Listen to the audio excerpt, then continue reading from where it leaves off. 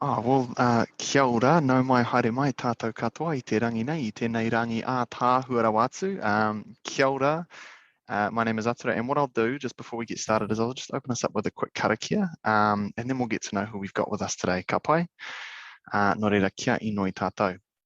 Whakataka te hau ki te uru, whakataka te hau ki te tonga, kia mā kina kina ki uta, kia mā taratara ki tai, e hi ake ana te atakura, he tio, he huka, he hauhu, ti hei, mauri ora.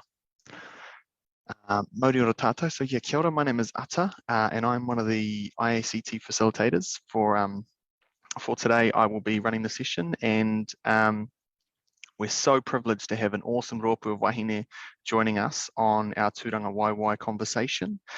And in a second, I will get them all to introduce themselves. But first of all, a little bit about what we're doing today and IACT. So at Inclusive Aotearoa, we've been brought together to basically create a fully inclusive te tiriti-based future for Aotearoa, and what that looks like and how we can get there. An Aotearoa where everyone has a place to belong, free from discrimination, racism and prejudice, to have all that become a thing of the past. And so we're lucky enough that as part of that, we have conversations about tūrangawaewae, and what tūrangawaewae is. When we talk about tūrangawaewae in this context, it's one of the most powerful concepts in Te Ao Māori that really enhances this idea of belonging and identity, literally using the aspects of tūranga and waewae, so a place to stand for your feet, a place for you to stamp your feet, where you feel rooted, empowered, and connected. And so we affiliate to it to our foundation of who we are and our place in the world, and making that mark. So we know that tūrangawaewae is a Māori concept, as I mentioned, but it can be varied all across the world. And we know that in many Indigenous cultures, there are lots of different aspects of tūrangawaewae that carry over. And so along this journey, we've been really trying to understand what that looks like for a diverse range of people here in Aotearoa. We also understand the ways that we love to explore using stories, sharing connection, and in ways that bring us closer together culturally, spiritually, and then grounding us back to this physical place. I guess, like I said, we're very, very privileged to have these three awesome wahine with us today. And what I might do is just quickly get them to introduce themselves, and then we will get into our deep, rich kōrero. How does that sound? Are we all ready? No nerves. No mo haere mai. First up, we have Logan. Kia ora ana katoa toa, tēnā koutou katoa. My name is Logan Byrne. A little bit about me. I grew up in Pitoone and Petone here in Te Whanganui Atara. So I am a Lower Hutt girl, but my family have been here from different places all over the world. So for me, it's really important to acknowledge my identity as a Cook Islander. My grandfather is an Irishman who hitchhiked his way over here in the late 60s. So that's a huge part of my familial identity as well. Yeah, I'll leave it at that as the introduction for now. Kia ora. Kia ora, Logan. Ngā mihi. Nau mai haere mai, Eimaan. Thank you. Bismillahirrahmanirrahim. My name is Eimaan Hamid. Assalamu alaikum. Kia ora. And greetings to our guests for this afternoon, and also our host, Atta. A huge thank you to IACT for providing us with the platform to start off with. For bringing us together to state an opinion or provide information in regards to our topic for this afternoon. So I am Eimaan Hamid. I am a Tongan, a reverted Muslim as well, a Pakistani by marriage, a mother of 7 children, and also a grandmother of 2 precious grandbabies. I grew up in the island and migrated to New Zealand in the early 90s and have settled in Aotearoa since then, about 30 years ago. And I am a public servant for the past 7 years. I love every moment of it, and I'm still going strong at what I do. Is because I am so passionate about giving back to the community. So I'll leave it at that for now, and we'll learn a little bit more about myself later on. Jazakallah. Ngā mihi, man. Thank you. And no mai, Leila. Kia ora tātou, ko Leila tōku ingoa, he uri ahau no Tainoi Waikato, and I also whakapapa to the Cook Islands, so not too far. I grew up in South Auckland and am now living in Pōneke as I study. So he toiraho, I'm a student of anthropology and business management, and I also work part-time in the insurance sector. Yeah, so that's a bit about me. Awesome. No, my Leila, kia ora, kia ora. And I love how we've already started to weave this golden thread of connection together already there. So thank you all. And again, it's super exciting to have you here. And today, I guess what I want to premise our kōrero with is a couple of things. One is the importance of what we're sharing today is the story that's true to you. So a lot of these parts are quite, well, the topic itself is hohonu, right? It's quite deep. And so we welcome, the stories and the sharing and the respect that's going to sit in this space, but also the time for us to wānanga. And so even though I'm here to host you, it's almost like I'm giving this kind of like virtual wāhi for everyone, this virtual space for everyone to kōrero. And so that means that, it's going to be free flowing, it's going to be ngāwari, and it's going to be easy. And hopefully we get some really, really rich, deep kōrero. But before we kick off, I guess a little bit more about myself and my journey. So I should have introduced myself properly. He uri tēnei no Ngāti Kahungunu, Ngā Rauru Ngāti Raukawa. So I whakapapa all across the North Island, mainly owning the Central Plateau because it's the most gorgeous part. And I have strongest connections to a small town up on the East Coast called Wairoa, which is just above the Hawke's Bay. And buzzing in from Te Whanganui Atarau, where I was born, surprisingly, have left and since come back. So the journey of reconnection for me has been quite interesting and owning my identity. But for you three here today, I wonder what you would like to share in terms of what you define your tūrangawaewae to be at this present moment. And feel free to jump in at any point, or we can raise your hand, or you can just, it's entirely up to you. But who would like to go first? I'm happy to jump in if we're taking a moment. I will preface that by saying I'm going to think it through as I speak, because I'm personally going through a bit of a journey with this duality of tūrangawaewae. So I would identify my kāinga, my home, as being Petone. That's where I grew up. I've lived there almost my whole life. That's where my mother has spent most of her life. And for me, truly, tūrangawaewae is so interconnected with all of those people who have made a place a home for me. So that's kind of the one thing there, that kāinga space. But then on the other hand, I've been going through a process the last couple of years of learning about my own whakapapa. So my grandfather on my mother's side is a Māori man, we believe, from the East Coast. And so learning about what tūrangawaewae means from a te ao Māori perspective through that use of te reo, and then trying to learn more about my whakapapa to potentially come to an understanding of what my tūrangawaewae might mean through that side. So yeah, that's kind of been an iterative process of bringing those two different definitions of tūrangawaewae, or different concepts of where's your place to stand in te ao Māori versus where is the place that you feel you can stand. Yeah. Kia ora. Kia ora, Logan. How about you, Eimaan? Thank you, Ata. So I guess I touched base before in terms of the introduction, but if I give the whole introduction, then you will see where I'm going to be coming from with my tūrangawaewae.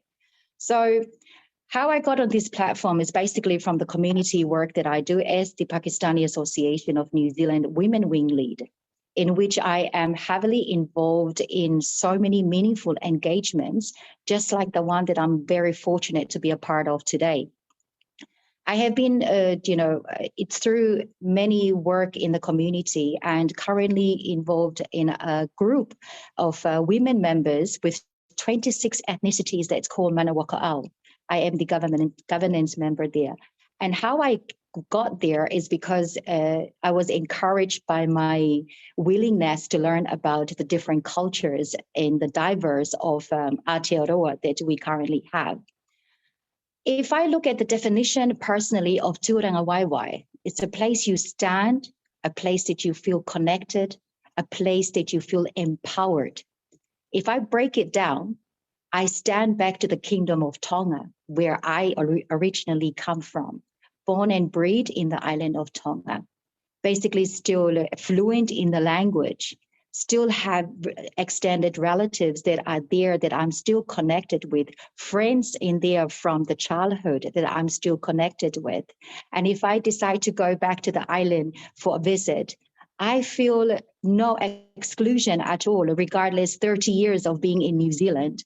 I still jump in there and pick up from where I left off, you know, because I can still speak the language. I can still play around with them and pick up the memories from, you know, from the childhood or from the school days. And then and that a combination of the connection as well, of being connected. If I look at the definition empowered, I will look at the current role that I'm holding nowadays, as in my professional role and in my community role as well. I am empowered because I am passionate about what I do. And regardless how many years I've been doing it, I feel like that I still need more to give to the community.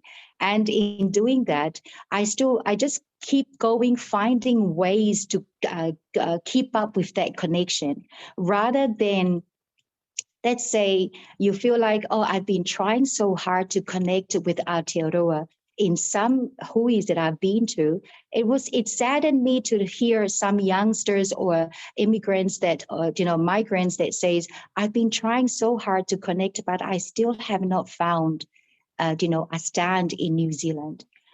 A word of encouragement: the facilities are there, like what we're doing today. It's up to you as a person to recenter yourself. What is it that you want? You know, we bring our own individual belonging from where we come from, but when we are settling in a foreign country, we just need to recenter ourselves and talk to ourselves. What do we want now? How are we going to move forward and survive in this foreign country? So I would just have to say, my Tūrangawaewae is a multiple locations, I have to say. And it's up to me how I can expand those locations. And I'm quite happy to say that wherever I go, I feel a deep connect to Aotearoa. Because when I came to New Zealand, Pacific Islanders were already settled in New Zealand. So I didn't feel any sense of exclusion. They are already here, they speak the language. So I already felt that sense of belonging. So I do hope that everyone is listening to this kōrero and takes something in, and hopefully that it will change the way they see things and how they want to refresh the way they want to connect as their Tūrangawaewae. Thank you. Kia ora, Eimaan. Yeah, absolutely. And it is important, I think, to remember for everyone that Tūrangawaewae is many locations. As you said, it's many, many places, and you do determine that. Nō reira ngā mihi. Leila. Kia ora, Eimaan and Logan. What powerful whakaaro. I think what you said about being in the diaspora is really, really interesting as well. But I think for me, Tūrangawaewae, I grew up quite disconnected from the parts of my culture that weren't Pākehā. But luckily, being raised in South Auckland, I had some really, really good teachers. And the concept of Tūrangawaewae was actually introduced to me, I think it was a PE class or a health class, when I was in high school, which was me because it kind of started those cogs thinking about, who am I, ko waio, where do I belong, where are my feet? And I think it's funny because when I was invited to this hui Tūrangawaewae, I realized that I have all these photos on my phone of my feet in different places. And I think that's a really, physical way that I can kind of relate to this kōrero. And I've had the opportunity to travel to a couple of places, and I think coming back to New Zealand is always interesting as well. I mentioned that I'm a student, so at the moment I'm taking a course called Pacific Heritage, and it's run by Emilani Case, who's an amazing lecturer, and she talks about the willingness to leave in order to arrive at parts of yourself, somewhere in all of her incredible writing, which I think is another thing that really comes back to my tūrangawaewae. But yeah, basically my story is that grew up disconnected, had opportunities, little moments to kind of reconnect in, and sometimes took them, sometimes didn't know where I was headed. But I think a big moment for me was in 2018 when the Black Lives Matter movement rolled around again. And I started reading some of the literature. And I had always known that I was Indigenous and that I belonged to these cultures, but I never really felt it kind of in my tinana. And so in reading the academic literature around Black Lives Matter, I came across concepts like white passing and so many things that were just really incredible to kind of, I didn't enter those spaces thinking that I would learn about myself, but I definitely did. So yeah, I think that was probably the start of my real tūrangawaewae journey, into understanding how I can like have my feet in both worlds at one time, and kind of working on how I think tūrangawaewae is such an interesting concept because when you first think about it, it's these 2 feet in, you know, in places, in physical places. But I'm also really curious about the ways in which we can create that movement. So like the concept of in Te Ao Māori about walking backwards into the future, you know, how can I introduce that and connect that to my my tūrangawaewae? So yeah. Yeah, no, that's really interesting, and it's amazing. Like I said, it's amazing how there are these connections that we can make globally when we talk about tūrangawaewae in different cultures, because there is this rich and I like when you talk about 2 worlds. It's interesting because I know that you talk about, like, when we talk about that, it's often identity, right? So it's the 2 worlds that we walk as a, for example, me as a Māori and a Scotsman, and for a few of you, you know, it's that connection to the Cook Islands and to Tonga, and so how that Pacific heritage, but also bringing, I think, when we say 2 worlds, I think it's also there's an element of spirituality that comes with that, which, you know, again, it just, you take a step back out of yourself and recognize that it breeds that deep connection with other people, and so, you know, identifying, and I always talk about the mind's eye, or in some cases your heart of hearts, but in your mind's eye, when you're looking at this place, or you're bringing in tūrangawaewae from other aspects of those other worlds that you share, not just that Māori world, but that Māori worldview, but other aspects. What kind of concepts come to mind? Like, what sits right at the surface for you when you each think of that? Again, whoever has the floor can have the floor. Do you want to go, Logan, or do you want me to start this time? You start this time. Thank you, Atta. It's quite interesting because, you know, like Leila was talking about 2 worlds. I think I'm walking 3 worlds here with myself being a Muslim, being a Tongan, and being, you know, married to a Pakistani and adopting, you know, that culture. Because as a Tongan, when we're married outside our culture, we sort of take the values of our cultures, but then we adopt our husband's cultures in terms of dress code and everything that they are bringing, you know, to the table. So that's basically what I have done as well, and in terms of learning the language. So coming back to your question, Atta, is that I guess it's what's valuable. That's what you need to take.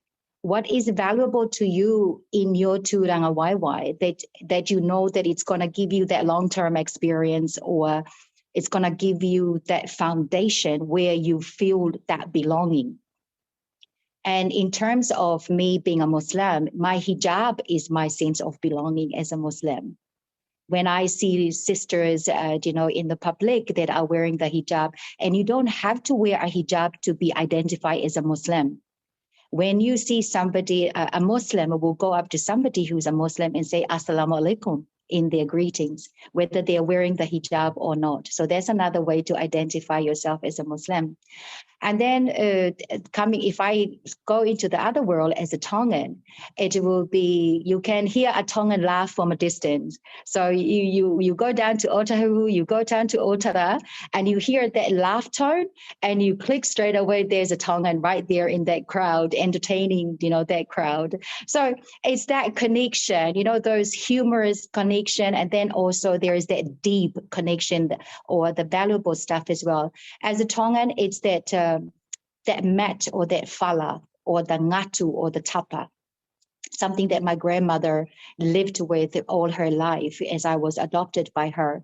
I watched her day in, day out, how she maintained the quality of these valuables. I watched her how she used them. I watched her how she made them. And because I am now shifted to another culture, I do not live with those valuable items anymore because I don't practice it. But when I see them or when I come across them, you feel an instant connection. So these are the concepts in your Tūrangawaewae that you sort of come across, even you don't live with them or you don't practice it, but you still feel that connection to them because they are so valuable. And then in the other side as well, as a Pakistani, it's the culture. The culture, the rich culture of the Pakistani community that I feel connected to. When I first started, some of them did not know that I can speak the language, so they will start speaking in it though, and voila, I will respond to them in the language, and then instantly they're like, oh, she understood what we were talking about. Like, it wasn't gossip, it was just a curiosity of who is this lady and where she's coming from, how did she end up in this community. But I guess what I'm trying to say is find something valuable in your Tūrangawaewae that makes you feel like that nothing is going to break it, regardless whether you have it daily, whether you practice it, or whether you live with it, but it comes from within. Thank you. Kia ora, Eimaan. Logan, would you like to jump back in or? I would love to. So very similarly to Leila, a lot of my kind of theoretical understandings or the things that have first permeated my thought processes have come from academic texts. Something that really got my mind wandering last year was reading an article from Bolton et al. Talking about Māori perceptions of home. And that was a really good starting place for myself because they went through a survey. It was a qualitative survey. And the biggest values that people raised were that idea of love and comfort. Again, like Eimaan has said, that place where you can just laugh from your belly and no one is like, oh, you're having a cackle, shut up. Yeah, somewhere where people have your back, where you are safe. And it's not just safe physically, but safe spiritually, safe culturally. And so for me, Tūrangawaewae as a concept is that place where your tinana and your mind just feel at peace, you feel looked after. And I would agree with the fact that feeling, that idea of belonging or that sense of safety can be anywhere in the world. So it doesn't need to be just in the place you were born. You can take that with you, and a lot of it for me, Tūrangawaewae, conceptually is constructed based on the people that we're surrounded by. So that continual journey for me is meeting new people and hopefully adding them to that circle, because every different person you meet who has something to share on that journey is able to add to that sense of safety, and hopefully you can add to theirs too. Yeah, it's like and it is. I think people definitely play a huge part in making you feel those feelings of safety and familiarity and comfort. Leila? Yeah, I'm so interested by what you guys are saying. I think something that I might add might take it in a little bit of a different direction, but I'm really curious about this idea of kind of roots and how Tūrangawaewae. I remember having like a physical feeling when I started recognizing and practicing my indigeneity, that was like roots in Atarau were growing over my feet. you know, in the best way possible, not in a way that felt restrictive at all, but in a way that was really grounding. And I think as well, I'm curious about, you know, the top of the tree and how we can be grounded and at the same time flexible and swaying in the wind and going with the flow. And I think for me, that was really important, because when I kind of realized that I was Māori and what that meant to me, I was like, kind of started a plan, you know. I was like, okay, I'm going to go do a Atarau class, and then I'm going to, you know, do this and learn this and yada yada. But I think what has been way more effective is just following what I'm interested in. So I think like being a university student and working part-time takes up a lot of my time, and Atarau classes, tried that. It was a little bit difficult to sit there for another 2 hours at the end of a really long day. But I've become really curious about tūranga kōrero, so the little wind instruments that people can play. And I think, you know, in learning that, there's a lot of non-verbal communication that happen amongst Indigenous societies, and that's a way to reconnect back in with my culture and my Tūrangawaewae, engage those roots by being really flexible and following what is just interesting. You know, I found it on Instagram. But yeah. That's really interesting, and I know that when these concepts come to mind, you know, and I've done a lot of work around a lot of anchoring for people, and Tūrangawaewae is definitely one of those, right? It's an anchoring for people, and you know, having those roots planted, and quite often it is images, it is sounds that initiate those feelings within us. And when we think about you know, even visualizing the rākau, any rākau, you know, if you're a rākau, and Te Wānui Tāne, and you know, we often refer to the chiefly people as tōtara, is that, you know, no matter how harsh the winds, no matter what's going on around you, if your roots are deep and strong enough, then you ain't moving, right? There's nothing that's going to push you out of the way or shift you from believing in who you are and your purpose. And I think that's really, really yeah, that's a really interesting exploration, I think. But I wonder, and because I was going to kind of jump on that and go, actually, well, we have this deep connection to you know, across the many seas of the world, we have this, you know, no matter what, there's still that connection, and taking those people with us, and also bringing it back to people who have come before us. I wonder if you may want to talk about how the people before you have impacted your Tūrangawaewae, you know, and feeling if your feeling of belonging and who you are. Yeah, definitely. So part of the work that I do in the insurance sector is in diversity and inclusion. And so we're kind of working on cultural competency within our organization. And I've been writing little articles, and the last one that I wrote was about whakapapa and the intersection of whakapapa and Te Reo Māori. So the history of Te Reo Māori in Atarau, and it was pretty confronting. I hadn't actually seen the dates kind of next to the facts, and how quickly Te Reo was just desecrated, and in what ways, you know, through policy and those kinds of things. And at the end of my little article, I wrote, you know, lots of Māori, including myself, can point directly to the person who the reo was taken away from in our whānau. And I hope that in the future, not only Māori rangatahi will be able to point to the person that brought it back, but also everyone across New Zealand, you know, everyone in Aotearoa, where Te Reo is one of our national languages.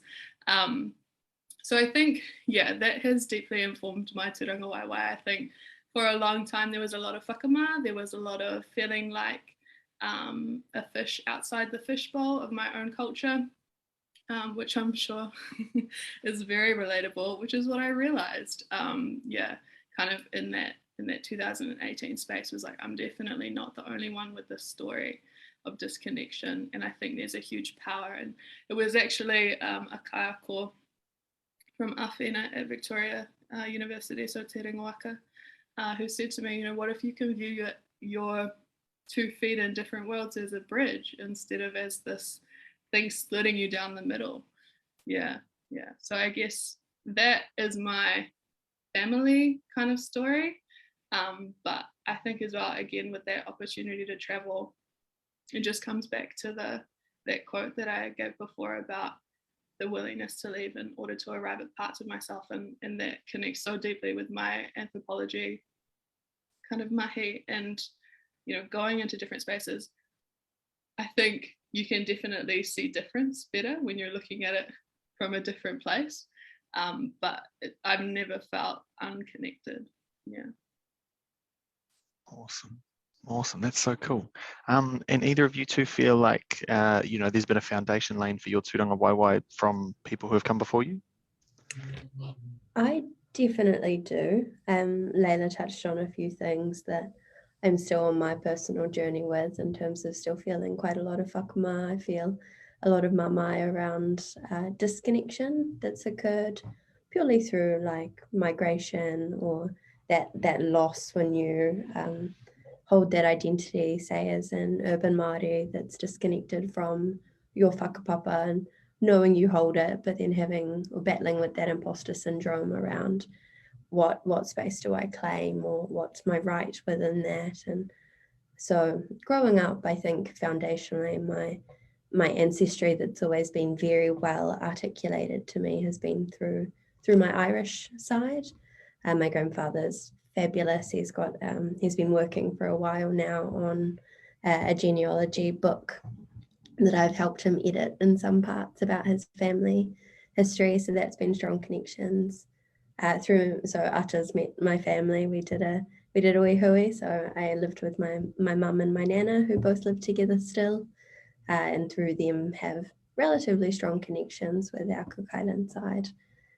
But yeah, even that, I think, because we were all so busy living here in this space in the city when it was very staunchly Wellington and not Te Whanganui-a-Tara in the circles that I engaged in. And if you brought that in, there was that time when people were like, where is that? What is that? Or it's Wellington. And so I think a lot of that is a process of gaining courage to walk backwards into the future. And even though it's getting a lot easier to draw those connections across space and time, realizing that the more we do now to normalize openness and inclusion and diversity, and not just in a buzzword way, just as a quick, not in a buzzword way, but in a genuine, meaningful way, the wider we open those doors for other people in future to be able to understand, their own space and time across generations. Yeah, thank you, Logan. And that's so true. I think, there's so much, and like I said before this, this process is always a learning journey, and it's ongoing. And to be courageous is to be calling people in, rather than calling people out. Perhaps, Eimaan, you have some thoughts furthering on, the foundations, I guess, before you, or what you wish to leave behind for those who come after. Yeah, sure. I think culturally, though, you may not aware or already aware, though, that the Kingdom of Tonga we have a monarchy, and the king and the queen, and the cultural side of that is so important, because I look at my grandparents and my parents, other people before, who are still practicing the culture, and I reflect on them about any new teachings or any way of interacting with our people in a culture way. So as my parents are still pretty much involved in teaching the Tongan the dance, and my father writing a book because he's a choreographer in the Tongan history as well. And having my grandparents who has passed away, teaching me the values of respecting the monarchy and how to go about if you come across them. So even though that I'm not really in that circle, but when I go back to the island, I sort of know and still remember those teachings from them. So it impacted the way that you have to remember your culture when you're going back to the island, and if they come to New Zealand as well to visit. And if I look back at the other world that I'm already, that I'm currently living in, is that's where my husband stepped in and making sure that we are still connected to the family back at home, and keeping that connection with them and keeping the language alive. And where in my little immediate family right now, it's a multicultural in our home. We have a Samoan, Māori, we have a Cook Island, we have a Laos, we have Malaysian and Pakistani and a Tongan. So these are the children marrying out to different cultures. So social cohesion is not a new thing to me. I'm currently practicing at home with the children, and that just relate as well to the community work that I do. But I have to say that we should not be insouciant to what our people before us has left behind for us to learn and continue to learn as we grow in our Tūrangawaewae, as we have now understood today or discussed today, that our Tūrangawaewae can be multiple locations, can be an individual preference of where you want to stand, where you want to feel connected, or where you want to feel empowered. It's totally up to you. How much impact you also, because you are going to be a person before the next generation. So you need to making sure that you respect what the people before us has left for us to learn. If I touch base on how we are settling in New Zealand and wanting, as one of the mission with the group that I'm currently involved with the tangata, connecting with the tangata whenua, that's very important. It's very important. In the group that I'm involved with, we have workshops, and we just finished a workshop in the Titiriti. I have learned about it before, but not this deep. Not this deep that you feel that emotional connection to the land and wanting to make some changes, some, tremendous changes, but that you cannot instantly. However, just continuing these kind of conversations, having those kind of workshops will just educate us to understand the struggle, the efforts, and the passion the people before us has left and what they have done for us to feel fortunate for what we have nowadays. So thank you.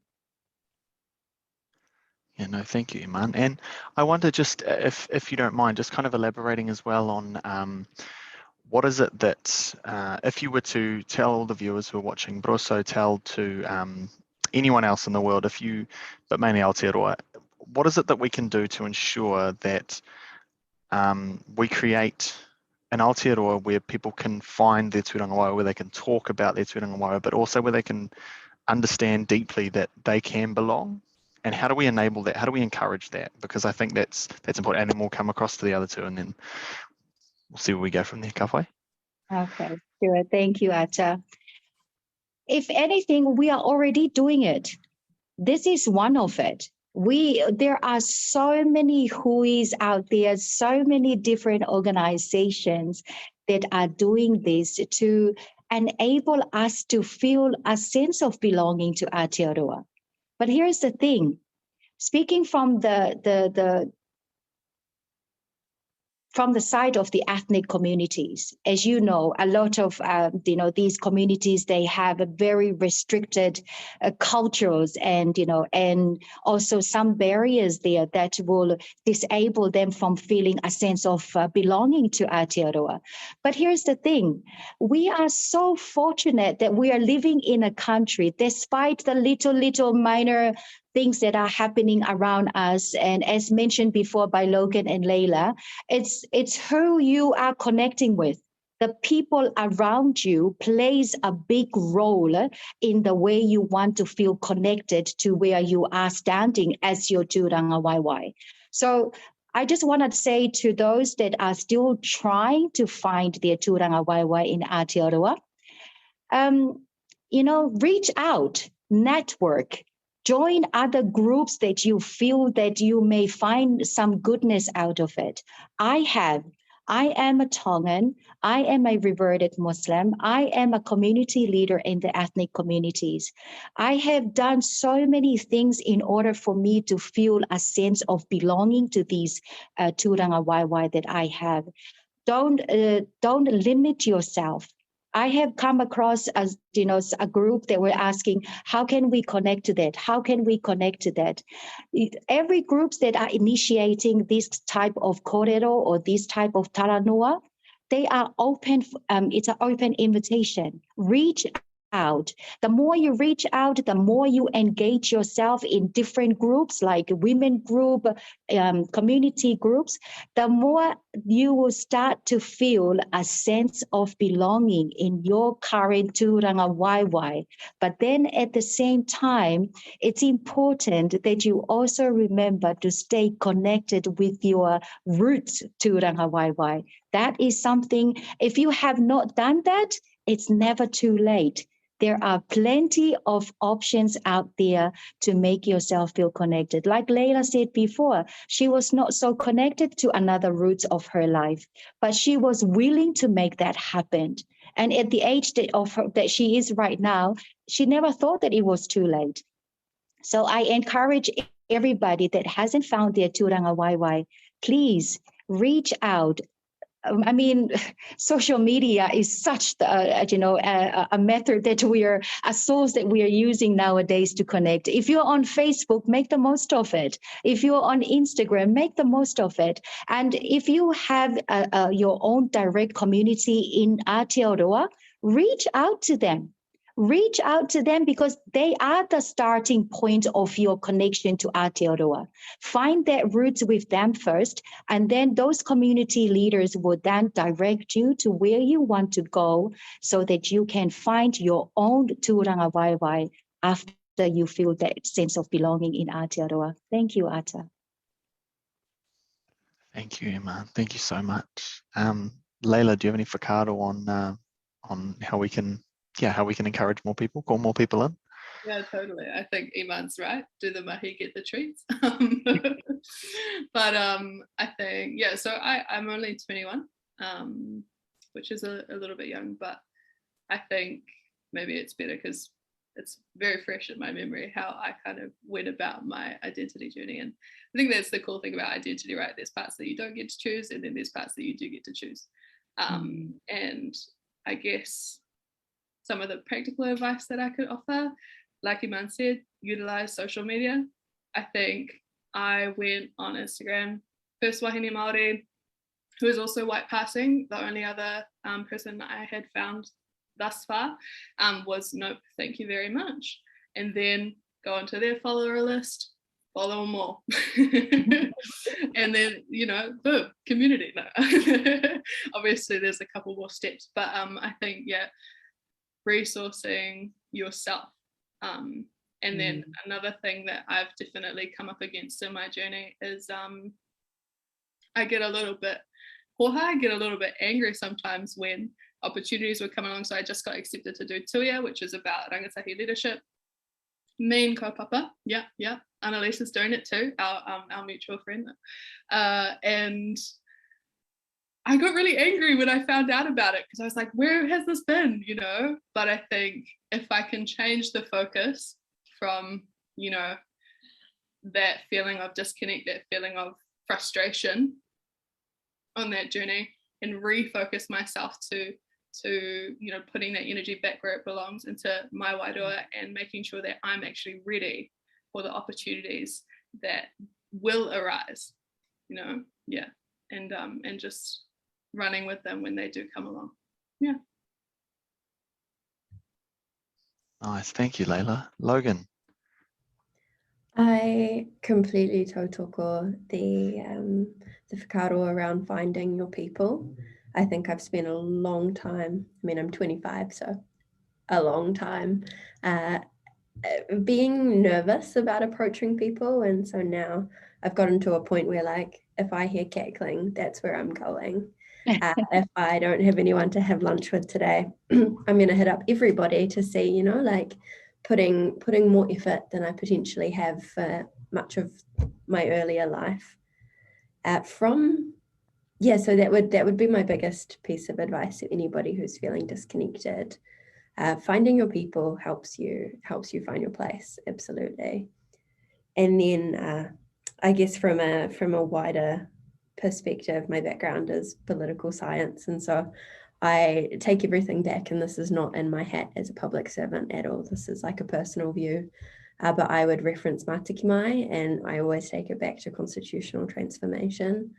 If we want all people to have the ability to create a country, a community, a national identity, however you slice and dice that, I think constitutional transformation is the key to that, creating a clear pathway for Pākehā, for Tauiwi and Manuhiri, and for Māori, for mana whenua, to have those spheres of influence, to have our own decision-making processes, and to formally put in place these ways that we interact with each other that gives everybody the opportunity to buy in politically, civically to this nation together. So from that part of myself, I think constitutional transformation is absolutely the key. And I'll kind of end my brief whakaaro with this point by Paul Tapsell from his recent BWB book, Kāinga, that I think is just perfect for Tūrangawaewae, and it's tangata plus whenua plus taonga, people and land and belonging is your kāinga, is your home. And so that for me, I think would sum up everything that we've shared. Yeah, absolutely. And it is, and I think a huge part of it, I would agree, is that actually, kāinga, even as a Pākehā concept, home is where the heart is, right? That's what they say all the time. And I think for us, in our many walks of life, we do follow our hearts. And I quite like how when we say, we always ask where you come from, which means that you're generally heading somewhere else, right? You're not there. You're not where you're from originally, or where your whakapapa connects you to. And I just wonder as well, one of the points you talked about, Logan, if we were to continue this Tūrangawaewae kōrero, how do you think it would encourage, how do you think it would encourage people to have conversations further to perhaps, more about matike mai, more about te tiriti or waitangi, more about understanding partnership and I guess connecting, as all being proud, I would naturally agree, being proud of being from Aotearoa. How do you think that Tūrangawaewae fosters that conversation of partnership and with te tiriti? Well, I can only speak from my personal standpoint in life. So I kind of said, I'm Cook Island, Māori Irish wahine.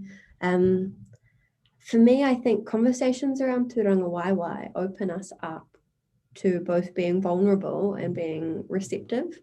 So I've told you guys a little bit about some of the deeper parts of who I am and what has gotten me to this point. And in return, I've heard some of those about you back. And so with that, I feel like we've set this whakawhanaungatanga platform to be able to have conversations that are mutually honest and mana building and focused towards either solution or growth. Not everything needs to have an immediate solution, but it is fantastic if we can create this pathway together that at least has a destination. And so I think through talking about Tūrangawaewae, we even go through, there are some Māori academics who have the very, not narrow, I don't want to use a pejorative word, but, Tūrangawaewae is where you are mana whenua and not a more kāinga conceptual way of talking about Tūrangawaewae. So I think even that, debating the meaning of words and our ways that we use that and what it means in our hearts, opens you up. Awesome, thank you, Logan. Leila or Eimaan, do you have any whakaaro around that? Yes, I do. I totally agree with what Logan was touching on. I think it's important that as a human being, if somebody reach out and want to know about you, you feel respected. You feel like that's a first connection that person wants to have with you, is want to know you. What are you doing? Where you're from? In the Tongan culture, there are 3 questions, and you will know the history of somebody just by asking those 3 questions. Where are you from? What's your parents' name? and what city you're from. After those 3 questions, I already know the people before and before you. So, and also the town and the nickname and everything like that. So I guess what I'm just trying to say, the more you have this kind of kōrero and this kind of engagement, the more people feels like that you want them to be a part of Aotearoa, that you want them to settle peacefully, harmoniously in Aotearoa. So this is something that it's also, but like everything else in life, everything works 2 ways. So we have to provide the platforms, but we also need to find out how can we cater for them? You know, we can provide a platform, but we also try to reach out and see what will make them comfortable to talk about. We start with the introduction, where they're from, but what else can you talk about them that will encourage them to continue with this kind of kōrero or this kind of talanoa that will enable the person, like you said, Logan, they feel valuable. You know, they feel that you, that you want to connect with them. So it's just like how you meet somebody down the road. If you say, good morning, you're already giving away the connection already by acknowledging that person that just walked past you by saying good morning. So it is important that we continue these kind of engagements, but please also look at other ways that you can cater for the wider communities, and how are we going to make them feel comfortable, given that every culture is different. The cultures are something that everybody holds on to as their identity. So it's important that we want to know about them, but we also want to know how are they going to feel comfortable in our zone or on our platforms that we're bringing them into, though. So speaking from personal experience, as the Pakistani Women Wing lead, I had to learn the culture, and I had to travel in so many areas in Auckland to learn how are the women talking, what kind of topics are they talking about in different areas. So when I join them, I'm speaking the same language as they are so that they can feel comfortable. So it's about that comfort, safety, and connection. That's what we spoke about before. So those 3 key points is very important when we are initiating something, so that we can gain that trust and have the audience that we want to cater for. Thank you, Ata. Thank you, Eimaan. And Leila, any closing whakaaro for you about having that conversation? Yeah, I guess for me, both of what you've both said is so powerful, because we've got that macro kind of level of constitutional dreaming, and we have the tautoko to Moana Jackson for that, our Ngāti Kahungunu tōtara. And then that micro kind of level of what's actually happening in communities, what's actually happening in cultures, and how powerful that is. And I guess what joins those 2 things together for me, and something that I've been working on recently, is my decolonization dream. Its name is in progress. But yeah, I guess part of that whakaaro is that I can't dream alone, you know. My dream, I don't want to dream. I don't want a future where it's just me, and in that landscape. So Kia ora, kia ora. And then I guess I just open the floor up to just before I wrap us up, if there's any other whakaaro you want to share around the importance of having this conversation, obviously, which we've highlighted, but any other whakaaro that may be you just want to share. And I know we've talked about, the importance of being courageous and going out there and taking that leap. But is there anything else, each of you? I can count you now, 30 seconds each. I just want to say thank you so much to the team. Thank you to the team who are putting this kōrero together, these sessions. It's not easy to bring different people from different cultures together, but a huge, applause to you all for your tirelessly working so hard to bring us together and initiating such an important conversation. So I would recommend that you continue doing what you're doing. You are already doing good work, so just keep doing what you're doing, and eventually people will start coming through and accept what is the difference, but come together and be inclusive in everything that we do in Aotearoa. Thank you. Thank you, Eimaan. Logan? Kia ora, Ata. I would really also like to just thank you guys, Inclusive Aotearoa Collective Tahono, for having us. I think it's a beautiful platform.